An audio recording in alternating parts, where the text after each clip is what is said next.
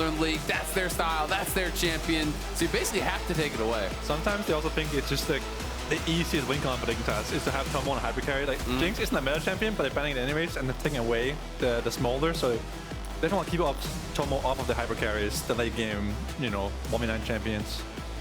Yeah, this would be interesting because last time these two teams played was the Tomo Xayah pentakill game. In that win. And so when they hover Rakan, I was like, I wonder if they just go Xayah Rakan. I wonder if they actually go for something like that. A lot of talk about, you know, Zeri as an answer into Smolder. Where do you kind of lie as some of your kind of favorite answers and responses Zeri is good if your support roams the whole game, then you can win 1v1 against him at level 6. But I think Senna being open just means this is going to be a slam dunk Nautilus, and then some jungler or mid laner like Taliyah is good flex pick, and then just Senna on 3. That's probably going to be what they're going for here. I like Senna against Smolder. I think it wins lane pretty much every level the whole game.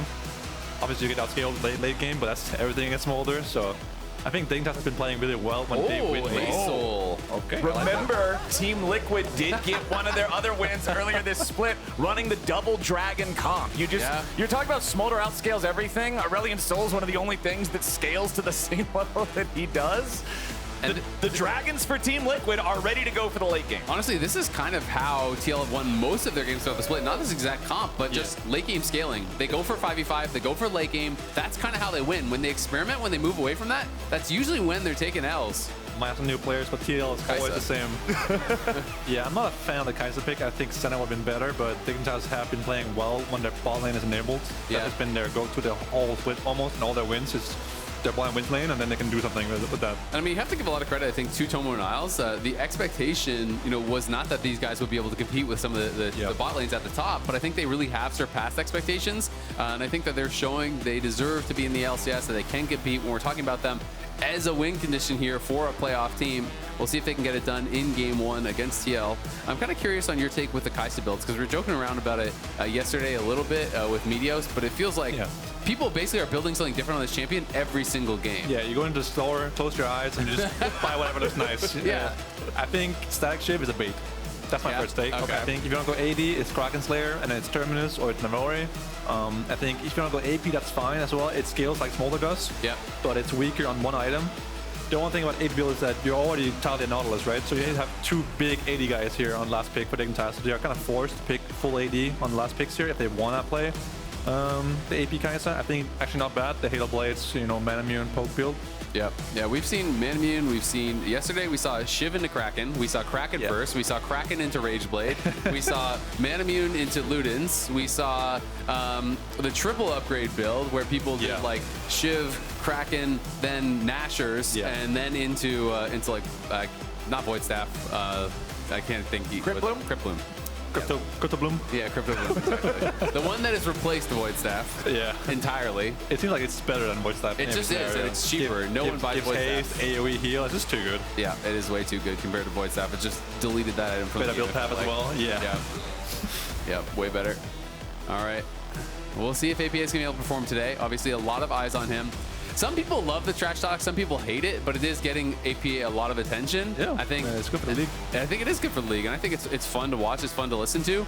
But that being said, when he trash talks and it doesn't go well, he's going to get a lot of flames. So he's got to be able to take it. And I know he tweeted out that he's going to take a vow of silence for this one. We'll see if he can stick to it. We'll see about that. Because I remember I cast his very first game in LCS. Day 1, game 1, LCS. He was trash talking in the lobby. Like, this guy just loves to type. I mean, honestly, I have respect for it, you know? Like, you know, don't hold back, but you gotta back it up sometimes as well. Or you're gonna take some heat from the fans and the players as well. And, you know, Jensen was talking some serious smack the other day after the game too. He was, but I will say, I felt like he kind of got in FlyQuest's head, right? And it's like, people can flame me all they want, but at the end of the day, if it's actually giving your team a better chance to win, hey. Yeah. There were those like 5-man dive spot on APA where they got aced in return for killing him. And he was sitting there smiling on his face. It's like global taunt. Yeah, it really is. And I think that actually did go for the heavy AD here in the second phase. So it could be the AP Kaisa. I don't think it's going to be the AP Kaisa. I think it's going to be the tempo and just on hit, you know, Kraken Slayer, Shiv, something like that. So we talked about Team Liquid scaling through their carries, their last couple picks of the draft in the Renekton and the Zhao. The tools to get them there, right? The Renekton's going to give you an early lane that'll have some priority, some pressure. Zin's got some excellent ganking capabilities to make sure that he's ready to protect these dragons as they scale up. Yeah, you got to bridge a gap somehow, you know, between scaling and early game. And since Zhao and Renekton are pretty useless in late game, but they're really good in the early game. So I think perhaps we'll see TL just playing safe on bot side and just trying to go for the grubs early game and just late game they go for the dragons. And while I won't say that Jayce or Kaisa are shocking champions, it is the first time for both Rich and Tomo that they've actually played them this year. So that is a little bit surprising. So maybe trying to throw a little bit of a wrench in the gears of TL's prep, because both these guys have played a ton of champions. They have some of the deepest champion pools that we saw in the LCS. You know, when you look at Tomo, when you look at Rich, like they played a lot of different stuff, but first time on both those champs. Yeah, it's important to note that TL actually banned the Gnar and in the first phase, I think it was, and they also banned the TF and the Aatrox. So Rich is kind of like taking half a champ pool out of here. Udyr was also banned as well. Yeah. He didn't necessarily want to go AP, so he couldn't play Rumble. Yeah. But he has played like Poppy, Jax, Renekton. He's played a lot of stuff. All right, so let's just immediately go into the game here. I want to see, do you guys think that Dignitas has the tools to shut down this Team Liquid scaling machine before it comes online? Because we're already talking about the squad that's starting in the lower bracket. This is the underdog team that people are going to be surprised if they make a run. Is this a recipe for success in game number 1 and trying to do that? I definitely think Dignitas is the underdog of this playoffs. I think they're the team that the dark horse for sure. And this game, they actually have 3 pushing lanes, from what I can tell. So they should be able to make something happen in the early game here. And Tomo does have Hail Blades, which is what you're going for the AP build, so could be something here. Yeah, it's going to be really interesting. Look at it, just nice, happy, good luck, have fun. Yep, just normal stuff. Hope everyone has a good game of League of Legends. Rich only with the good luck here. Sportsmanship. Yeah, oh, he doesn't hope to have fun. GM, yeah. He only wants them to have luck, no fun. All right. Thought we might have gotten a little bit more spice from the invade, but unfortunately, not a whole lot there. Just Dignitas moving in, sitting down a little bit of vision, and they're right back out. Well, it's going to be an exciting one. I do think when you're looking at a matchup like this, I really favor ease of execution, and I just feel like on the TL side, they don't actually have to do anything. Yeah, the comp is definitely easier to play. Yeah, like you're basically going in, you're talking about win conditions, you're talking about how you need to play the game. You just kind of stack and you farm. Like eventually you're going to get to the point where Smolder, Azael are so hard to deal with, whereas all the pressure feels like it's on Dignitas. Yeah, we'll say if they can actually go for a poke comp with the AP Kaisa and the Jayce, they actually have a really strong just standoff, you know, play for the poke, and they can force TL into them. That might be an even easier playstyle than the scale for late game. So if they go for the poke comp, I can actually see them winning the standoffs and force TL into them. Nice Hail Blades trade there from Dignitas. Dignitas with control over the lanes, just like we were kind of expecting there. The advantage in the range of top side for Jayce versus Renekton. Taliyah versus an Aurelion Sol that has no stacks early on. So what does this mean for the ganks, however? eXyu has been a big engine for Dignitas getting things done in games where they look good. He's usually one of the reasons why that happens. So I'm going to have eyes on his Lee Sin in this early game to really get these guys rolling and make sure they don't allow TL to play this free stacking game you guys are talking about. Yeah, I really doubt we're going to see much from the junglers besides the full clear here. It is pro play after all, his first game of the series as well, so tends to be just, you know, a full clear and a crab and then a base probably. But I think eXyu, once he hits level 6 or once the grub spawner, I won't see him get active. He has 3 pushing lanes this game, so he should be able to do whatever he wants basically the entire early game. This is actually really interesting as well. This is something we saw River doing yesterday, where on a lot of his jungle clears, he was actually doing 3 camps base for longsword, then go back out instead of the full 6 camp clear. So it seems to be a little bit more the meta. I was talking to some people about, you know, what they thought the advantage for that was, and it was mostly that if you think that you're going to be able to fight, you know, immediately, you go for the immediate base, then you get back out on the map. Now you have this additional combat power, and they're going to use the Nautilus basically as that ward hop and try to meet him at his red. So Umti could be in trouble, but is going to get the news they're already on it. TL should know about this since Isle isn't in his lane and Tomo is there alone. He's just going to give it. Not bad, honestly. It's just one camp, but it's not nothing, right? It's a small advantage. Yeah, it's a red buff. It kind of removes himself from the early game. He can't gank anyone with this kind of, you know. He's actually going to cross, so he's going to try to double scuttle because they have pushing bot and he has pushing mid. So you go top side, you take that scuttle, and then he could cross back, do his bot camps and bot scuttle potentially. But this does mean it's a little bit more inefficient as far as your pathing because you're crossing the map so much times, and then you're going back to base. You're doing all these things. So he could build an eventual gold lead, but Umti is right now what we call jobless. Yeah. He has no camps. He has nowhere to go. He's just running around hoping for someone to gank, and Dignitas should know that he's jobless and will force some sort of gank or perhaps a fight on the bot side here for the Dignitas camps. yeah, eXyu actually didn't cross map, which is kind of weird. I feel like not worth crossing to the top crab just to do chickens again. It is a level 2 camp instead of a level 1 camp, so not bad for him, but he doesn't have vision of Umti here, so Umti could have been taking his camps for all he knows.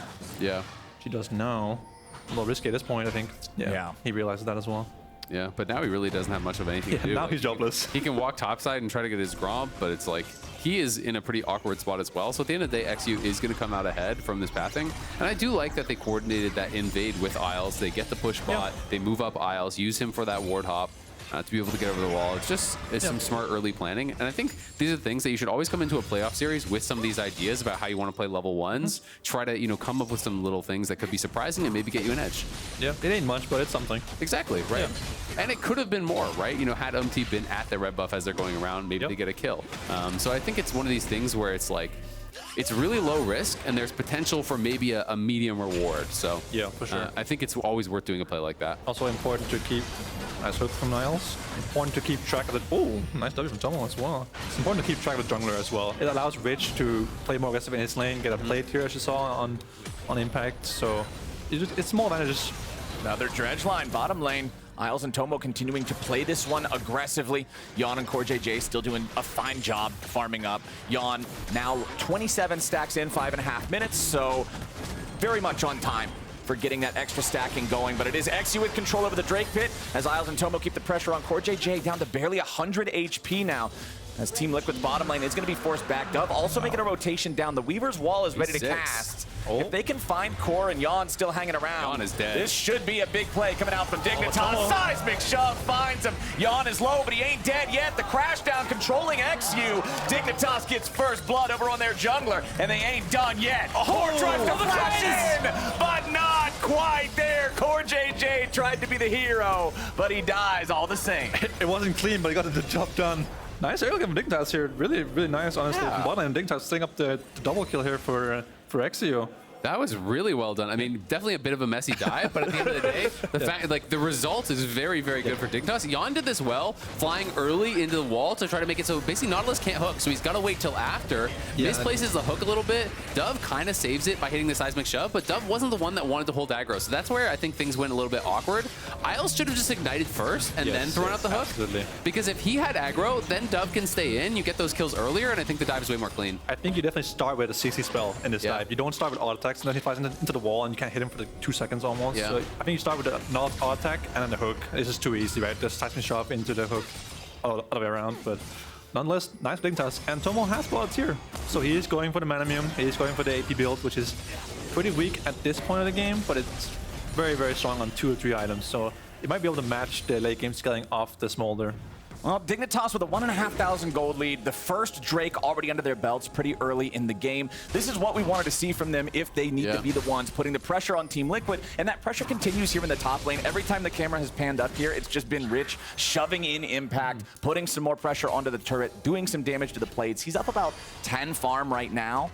I mean, it's hard to imagine the early game going much better. You invaded, you stole the red, you got a dragon basically on spawn. They took the first dragon at 5:30, I want to say, which is crazy. Then you did a dive. You had already taken a plate top. You had already taken a plate bot. You had push in mid. Like, they've done everything. So this is going incredibly well for Dig. Best part is Teal didn't even get anything anywhere else. Nothing. They didn't No get trade. top. They didn't get the grubs or anything. Umti didn't get any camps anywhere. He just didn't get anything. Yeah, and eXyu now got both of those kills. This was kind of a trend yesterday where it felt like the junglers were always picking up the kills. Not going to spot that pink ward, unfortunately, as he doesn't walk past it. The coach right now That's a demerit point for him. That's the coach right now behind the scene, slamming his table. He's going to be doing the bottom. He's going to be pointing at the bush. He's got to zoom in on the pink ward. This pink was walked over 10 times this game. I've been there. All right, Isles hitting Level level 6 now. That's what they were waiting on. Riptide to slow him down initially. Dragon Snot stops Tomo from being able to go any further forward. Dignitas doesn't want to overcommit to this.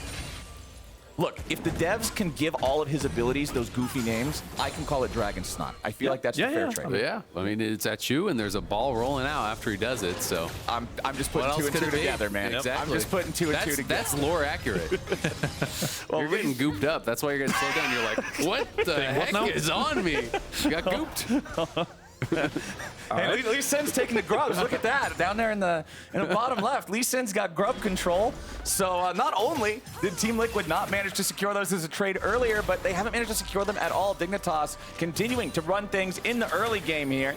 The only thing that they aren't really stopping much of so far is the stacking over in mid. APA, because of the fact that Taliyah roamed, did have an opportunity to just free farm a little bit more. This is one of those win cons for Team Liquid, so we will need to see continued aggro from Dig. It's less than 90 seconds till the second Drake spawns, and I feel like they're going to want to be controlling that as well. But even as far as Yeon stacking, it's not going that fast, right? Yeah, He's only at 56 here at 9:30. I think Isles has done a good job of not giving him any free stacks. He's only walking up when he has an angle for a hook. He's not just kind of like meandering around for Targon stacks and giving over freebies. So, you know, Yeon definitely not going at the fastest pace. APA, obviously, in the early game, it is going to be slower stacking there as well. But he's going to be doing Leandry's Rush, which I think is kind of that new age build for Azael. I've seen some people do like tier into Leandry's and whatnot, but Leandry's as a first item is just so strong. There's so many easy ways to kind of AoE apply this.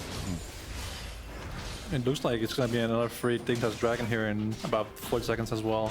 They are looking for the top dive, though. Yeah, Dignitas deciding to potentially make a play up here. If your opponents think you're going to be prepping for Drake, maybe you prep for top instead. Rich is the focus. Umti and Impact can't burst him down in time, and now Isles and eXyu have arrived. Umti is not long for this world, and Dub's the one to send him to the next. Nicely played by Dig. I feel like Dignitas smelled TL giving the Dragon meant they were going to go top side, so they tried to defend Rich instead of making a play on bot side, which I actually really like here. Defending the Jayce, allowing to free farm and keep pushing lanes. So I think Dignitas is just playing way better in early game than TL. 2 steps ahead. Yeah, they're looking very, very good. I mean, Dignitas saw Umti. Did Umti not realize that they were up there as well? Because like he kind of just went for that play aggressive. I thought that they had both seen each other, but I didn't actually see for certain on the vision. I mean, saw them Dignitas earlier is well aware of it. On the ramp area near the chickens, so he should have known they were in the area at least. But they fully committed to that instantly. I mean, Dove also TP'd. APA had already spent his TP back to lane. Yep. That's another advantage that you get for Dove having that pushing mid. Exactly. So it is looking really good. Now they're moving down towards the bot side. They spotted out CoreJJ, who was hanging out in that brush, got tagged by the Kaisa W. And Dig is looking like they're at least considering trying to fight for this. Team Liquid picking up the crab here first. Not trying to hard force anything here just yet, but CoreJJ makes the engage. Magnet Storm and immediate follow-up from APA and Yeon. The burst hits true. eXyu and Dove both drop. That's exactly what Team Liquid needed. The downside of making top plays is that you lose vision on the bot side, and CoreJJ took full advantage of it. A nice engage from the Fog of War here. Super nice combo with AP as well. You know, the Rell ulti into the Aurelion Sol stun and the E as well, keeping them in there. Yeah, I mean, that was perfectly timed. It felt like there was basically no window for them to do anything out of it. Falling Star hits right as that CC is ending from the Rell. The ult from Yeon came over the top all at the same time. Like, everything connected instantly. You got a shutdown and 2 kills on APA. The best person to receive that gold. Plus, I think the biggest mistake in Dignitas is that they should have gone to ball lane, had Dove, you know, connect with the ultimate instead of trying to fight mid 2v2. Just play around the Kaisa. Dove can always come there as fast as the Aurelion Sol, thanks to his wall. They even knew he was there. Yeah, they saw him hit the crab just now. Yeah. Maybe they're trying to bait him to jump on them. Yeah, I guess maybe they didn't realize where Azael was, or they didn't think that they were going to. Maybe eXyu was thinking, I can step forward and then I'm just going to be able to safeguard back and disengage it, but. Try to bait out the Rell, perhaps. He's popping off. Where's the chat? Hold on. All right, nope. He's still staying true. He's still staying true to his vow. Monk mental in the mid lane as Umti will not find when becomes lightning on Tomo. There just walks away. All right. Yeah, it's going to be a nice little injection of stacks too. Every time you hit people with the ult for Azael, you do get 5 stacks per person you hit. So he's up to 103 now, stacking up the Stardust here. And Yeon does have the Essence Reaver, so he's going to be really kind of accelerating at this point. You get Shojin, you get CDR boots, you're moving in mid as well. This is kind of generally when people do it on one item. Shove him mid, start farming up wolves, start farming up the Raptors as well, and really just try to accelerate the stacks. With Essence Reaver, removing the mana cost of the Q, you're just constantly vomiting this spell every single time it's on cooldown. Let's see if Impact ends up suffering anything here. Probably not. Isles is going to be found here in the brush by Umti. Has to dredge line back to safety. eXyu working on that second round of grubs. He already claimed the first one. If Umti can come up and just smite one of them away, they can stop Dignitas from hitting that 6 grub power point. eXyu, he's saving this. they're just working on the second one, exactly. They want to make sure that they can get it up. He's going to get locked down here by the dredge line. The burst ain't enough to kill him just yet. He's trying to stay alive with the crescent guard, but Mom comes in, and Team Liquid's ready to fight back. CoreJJ with the Magnet Storm looking for the lockdown on Isles. APA gets him with a shockwave. Dignitas is still winning the fight, though. 2 for 1 so far. Yeon and APA coming in as Dub tries to kite back. Tomo and Rich still looking for their shots. APA and Core. Maybe there's an angle here, maybe not. Team Liquid, they at least stop the 6 grubs because the clock moved forward enough to force despawn them. Dignitas only get to claim 5. But still, really good for Dig. They get 2 of the grubs, they win out on the fight, they slink away with low health bars. They're feeling good. And we can watch this one more time. So, you know, eXyu was saving his smite for that 6th one. Umti's coming down, Renekton's coming up. They have that TP early coming in here from Taliyah, so they just look for the engage onto Umti. You can see Tomo, Killer Instinct into the Crescent Guard, gets inside that ultimate to help him burst down. Then Core, pretty nice turn here, and with the Renekton arriving, things do get a little bit dicey. The empowered Azael ult tags a lot of people for that splash. eXyu's forced out, and this is where it's like, even though Dig was winning, quote unquote, Yeon's full health and APA is still pretty healthy, so it's hard to actually continue. Yeah, winning a fight against Azael with his empowered ultimate is really huge, because he won't have it now for the next fight on the Dragon or the Herald, whatever Dignitas chooses.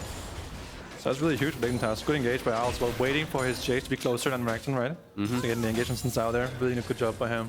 All right, so let's check in on state of the game here, since this is such a scaling war type of game 1. It's 1 Drake each side. We're 15 minutes in now, so plates are done. Laning phase has essentially ended. It's Dignitas with a 2,000 gold lead. Is that enough? Hold on, we might not even have time to wonder. CoreJJ might be the target here at the start, as the Sonic Wave won't find a target. Weaver's Wall is not doing a whole lot there, to be quite honest, but Dignitas just going to walk it off. Is 2,000 gold enough? I don't even think they necessarily get outscaled, because they are playing a scaling Kaisa build that's long range, and it's like Smolder and Azael have crazy scaling if they can hit you, but if you're just getting chain shock blasted and Kaisa W from 2 screens away, sometimes you get poked out before you can even take the fight. Yeah, now Tomo has Lost Chapter, which gives mana for the mana immune, give more AD, so now he actually has the upgrade. He's got 2 items now. His Ludens is done. Yeah, once he gets an Amp Tome, he'll have both the Q upgrade and the W upgrade. He only has the Q right now, I believe. Yep, should have it. 5 more AP. Yeah, so one Amp Tome, he'll have it. Start getting...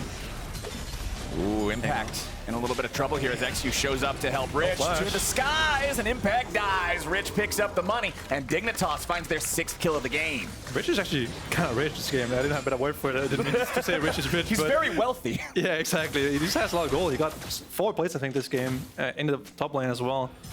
Now 2 kills, 15 CS advantage. He's doing really well. But I mean, that's kind of one of the nice side effects of all the attention that was being paid down around the bottom lane, right? With the invades, with a bit of PvP. You draft Jayce for the top lane and then leave him on an island. He's going to smack most people around. The top lane dream, playing 1v1 only. No one else interferes with his laning phase. The Jayce dream.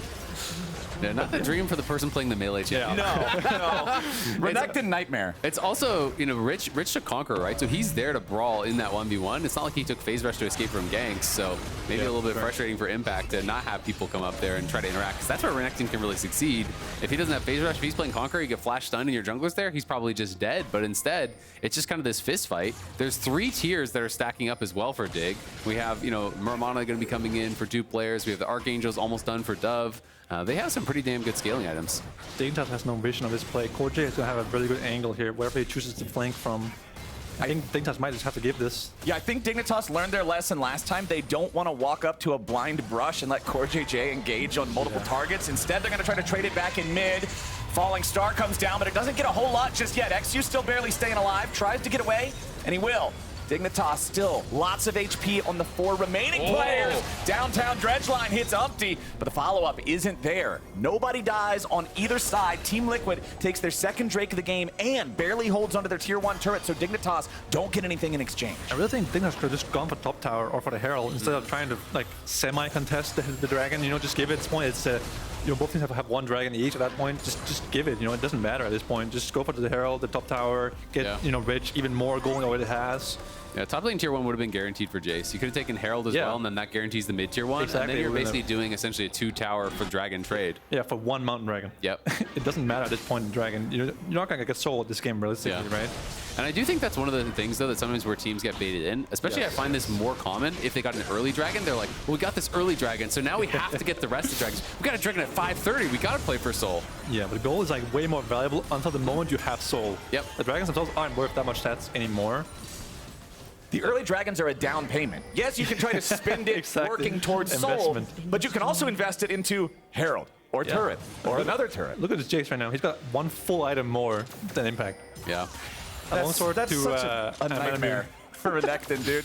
It's fully evolved Mana Moon and Eclipse with the Ionian boots. This guy is just such a problem. Tomo might be in a little bit of trouble here. It's CoreJJ and Yeon need a little more damage to finish him off, but they ain't gonna find it. Umti comes in over the wall, and the shutdown goes over to Smolder. Yeon and Team Liquid find their punish on the Dignitas AD carry. I mean, they just forced that way too hard. They don't need to be walking into the Smolder, letting him hit you to try to kill the tower in his face. You could just wait and slowly chip it down. The gold is there for the taking. Instead, really overforced there. They end up getting a shutdown. Yeah, they get out of TP and some stuff, but like there was just no reason to die for that, I think. Yeah, Smolder, the biggest shutdown merchant in the game for sure. Now, almost 200 stacks almost at 20 minutes. We're getting there. He's on track to have it at 22, 23 minutes-ish, and then it's just going to be a problem. You got to wonder if Dignitas thinks they're getting outscaled with how they're playing. You know, they're forcing objectives they can't win. They're fighting mid-tower like this when they just do the Herald. It was up the whole time. Yeah, I mean, maybe they came in. Maybe they came into this and their plan was to outscale, we will get Sol. You know, maybe, you know what I mean? Like, you have to wonder if it's like, wait, hold on, Rich flashing away here with the falling star. He gets the outplay. He's a Dragon Slayer, man. Nicely done. I mean, it sounds funny, but like kind of unironically, right? It's like, oh, we have pushing lanes. We'll stack towards Sol. That's how we're going to be able to match their scaling is we'll get Sol while they do nothing in AFK. So then maybe they're feeling the pressure to actually get to the Dragons and kind of force a little bit. Yeah, thankfully for Dignitas, Rich wins the 1v1. When the two Fed guys meet in side lane like this, the two guys shut down, you just hope your guy wins, and he did win this time. I mean, that's huge for Dig. Rich has been pretty quiet for them this year. Last year for Dignitas, it was all about, oh, Rich is going to carry. It's got to be Rich. It's got to be Rich with the crazy counter pick. It's going to be his Quinn. It's going to be his Lau. It's going to be something. This year it hasn't been about him at all. So if he could step up and have a big series in playoffs, that he could be the X factor. Especially with what you mentioned back in draft, it's his first Jayce. It's not like this guy is playing Jayce in the LCS all the time beforehand. This split, yeah. But I love the fact that, like you mentioned, this is a way to throw a wrench into that prep that Team Liquid might have done. If you're not a team that's known for playing Jayce and Kaisa, if you're a team that's known for just like, hey guys, we're gonna pick Smolder and then deathball around it for 30 minutes, and now you're playing this poke comp that's just constantly bringing in the artillery, Team Liquid might be caught unawares. And with how much gold the Kaisa and the Jayce have, I really don't think it's just like a cut and dry, you just lose when Smolder hits 225, because range is the most powerful scaling ability in the game. Like range is the most powerful scaling stat. If I cannot interact with you, it does not matter if I can one-shot you when you're 2 screens away, just pelting me. And CoreJJ is a good Rell player, but even he can't engage on someone who's that far away. 21 minutes and 40 seconds. Smolder crosses the finish line. Sure. That is a very fast stack compared to most of the times we see in LCS. Yeah, because yesterday FBI got it about 22, and I think that was the current LCS record. So this was even faster than that. I think that's really impressive from Yeon, especially because he didn't have one of those freebie lanes to scale off of. Yesterday was against, it was a Senna Nautilus lane, Senna Ornn lane. The worst one of the Ornn. Yeah, exactly. So it was one of the kind of freebies. We can see APA does have the empowered ult, which does get scary because you maybe didn't care about the first dragon, you maybe didn't care about second, but giving them the third does get kind of dicey, and fighting it when Azael has empowered ulti is really tough because he's on 2 items. He's got the Rylai's and the Leandries, and that ulti, it's like, it's the whole screen. It's just massive. It's the answer to the poke. Yep. If normally you can't interact with somebody, simply cast your spell on the entire map. If you dodge one Kaisa W, the cooldown is, you know, more than double, so it is really huge. If you can dodge just one of them, then you know it won't be on coming for a couple seconds. But they're doing a really good job with the Jayce eXyu and the W from Kaisa. Dredge line on Umti.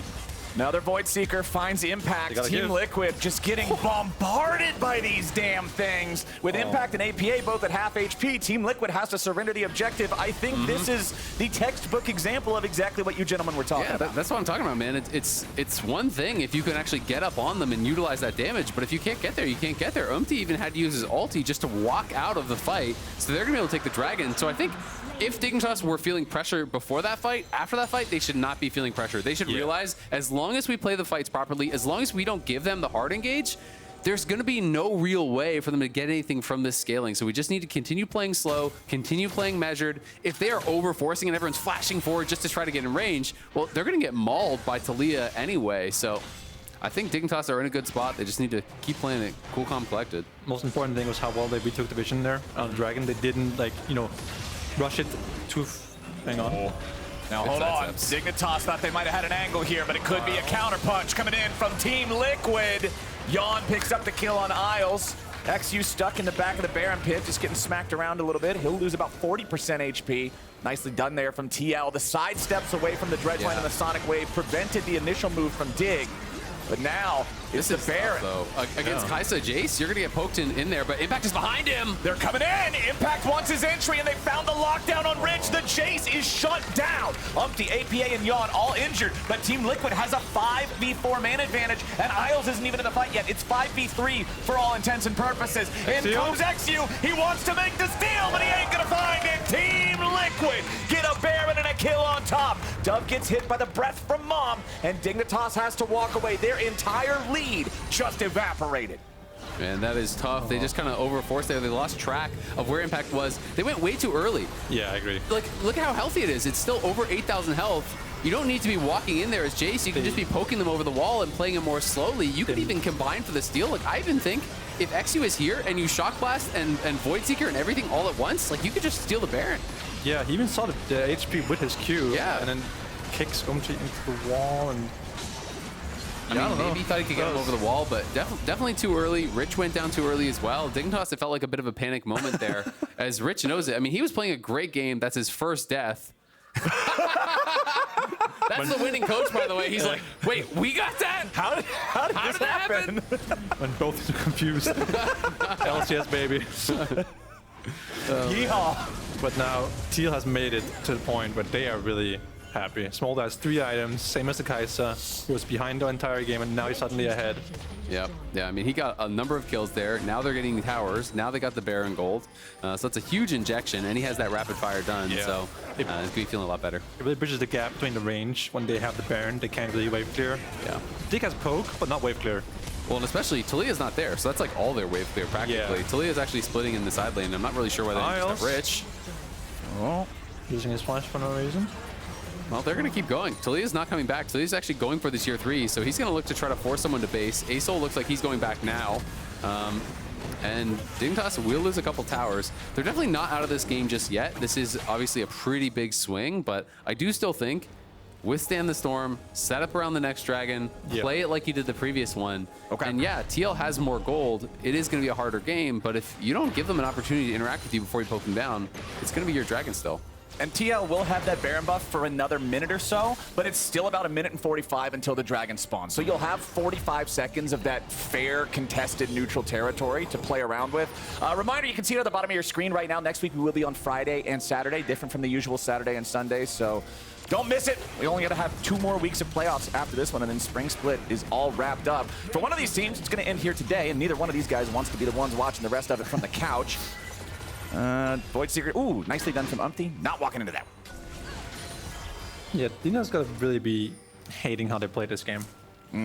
You know, they were so far ahead. They played like a little panicky almost. They were feeling rushed, I think, to get ahead when they were already winning the passive slow game. And then now they're here thinking, wow, we could have won this game so easily by not doing anything. There's one thing I will say that speaks a lot to experience and how much have you played in playoffs. A lot of these Dignitas guys have not had a lot of playoff experience whatsoever. Then you're looking over at the other side at guys like CoreJJ and Impact. It's like one of those players probably has more playoff experience than the entire Dignitas roster. Yeah, I think Impact does have more than the entire team combined of Dignitas. I would think so. Yeah, for sure, I think. Both of these guys just they've been in those high pressure situations before. World Finals. Yeah. You know, just two world champions. They've probably been through a couple of best of 5 series in their time. Nothing compared to the LCS. and Tomo getting dove. The burst comes in. He barely survives.